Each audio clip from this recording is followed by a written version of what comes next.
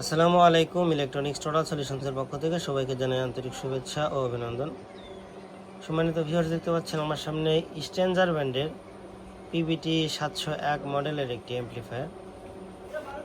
অ্যাম্প্লিফায়ারটি আমাদের কাছে বগুড়া শেরপুর থেকে এক বড় ভাই নিয়ে আসছেন। তো অ্যাম্প্লিফায়ারটির সমস্যা যদি আপনাদেরকে একটু বলি, এরপরে দেখাচ্ছি। অ্যাম্প্লিফায়ারটি কিন্তু এখনও রানিং। আপনার গানে প্রেশার দিলে সব ঠিকঠাক বাজে, গান বাজে, কোনো সমস্যা নেই।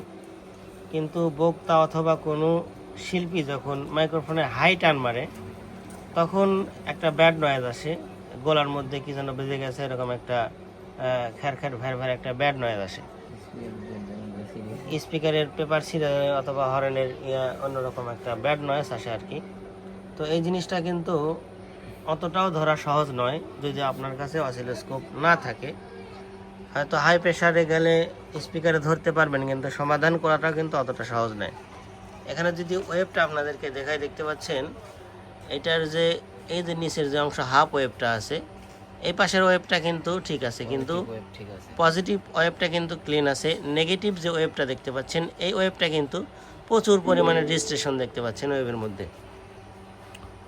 তো এই ডিস্ট্রেশনটা আমাদেরকে দূর করতে হবে। এটা যদি আমরা দূর করতে পারি প্রপার ওয়েতে, তাহলে কিন্তু আমাদের যে সাউন্ডের কোয়ালিটি সেটা কিন্তু ঠিকঠাক চলে আসবে।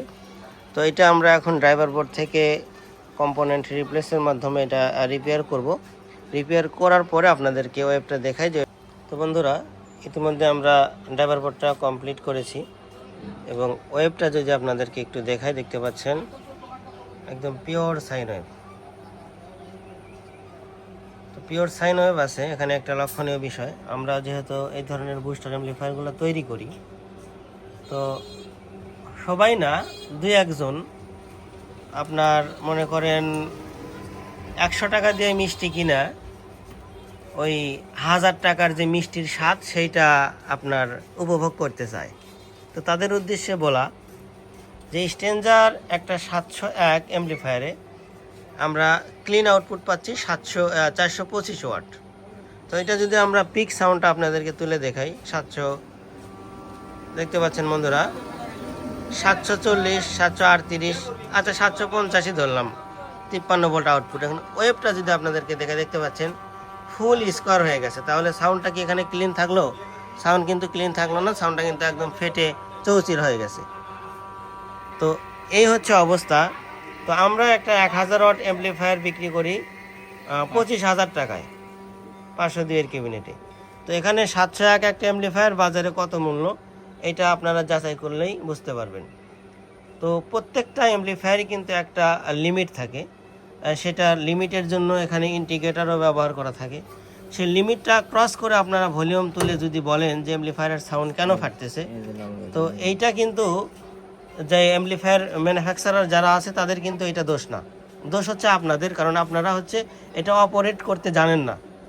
এটা অপারেট করতে জানতে হবে, এরপরে সাউন্ডের কোয়ালিটি বা গুণগত মানে ভুল ধরতে হবে। তো আশা করি বুঝাইতে পারছি। তো এখানে দেখতে পাচ্ছেন হলুদ বাতি পর্যন্ত আমাদের সাউন্ডটা কিন্তু ক্লিন আছে, কিন্তু এরপরে যখন এই রেড বাতিটা আমরা জ্বালাই দেব, মানে ভলিউমটা আপ করব, তখনই কিন্তু আমাদের ওয়েবটা এখানে স্কোয়ার হয়ে যাবে, ফেটে যাবে। দেখতে পাচ্ছেন রেড বাতি চলে গেছে এবং ওয়েবটা স্কোয়ার হয়ে গেছে। তো আপনারা প্রত্যেকটা অ্যাম্প্লিফায়ারই তার নির্দিষ্ট যে আউটপুট আছে, ক্লিন আউটপুট, সেই পরিমাণ আউটপুট বুঝে শুনে চালাবেন। তাহলে সাউন্ডের মধুর্যতা, সাউন্ডটাও ক্লিন থাকবে, ঠিক থাকবে এবং স্পিকার এবং অ্যাম্প্লিফায়ার দুইটাই সেফ জোনে থাকবে। তো আশা করি বুঝাইতে পারছি। তো অনেকের এই ধরনের অ্যাম্প্লিফায়ারগুলো একটা ব্যাড নয়েজ করে হাই পারফরমেন্সে যাওয়ার পরে। তো যদি বারবার রিপেয়ার করে যদি সমাধান না হয়, সেক্ষেত্রে আমাদের সঙ্গে যোগাযোগ করতে পারেন। ইলেকট্রনিক্স টোটাল সলিউশনস, সিরাজগঞ্জ জেলা, তারাস থানা, গুলটা বাজার। ধন্যবাদ সকলকে।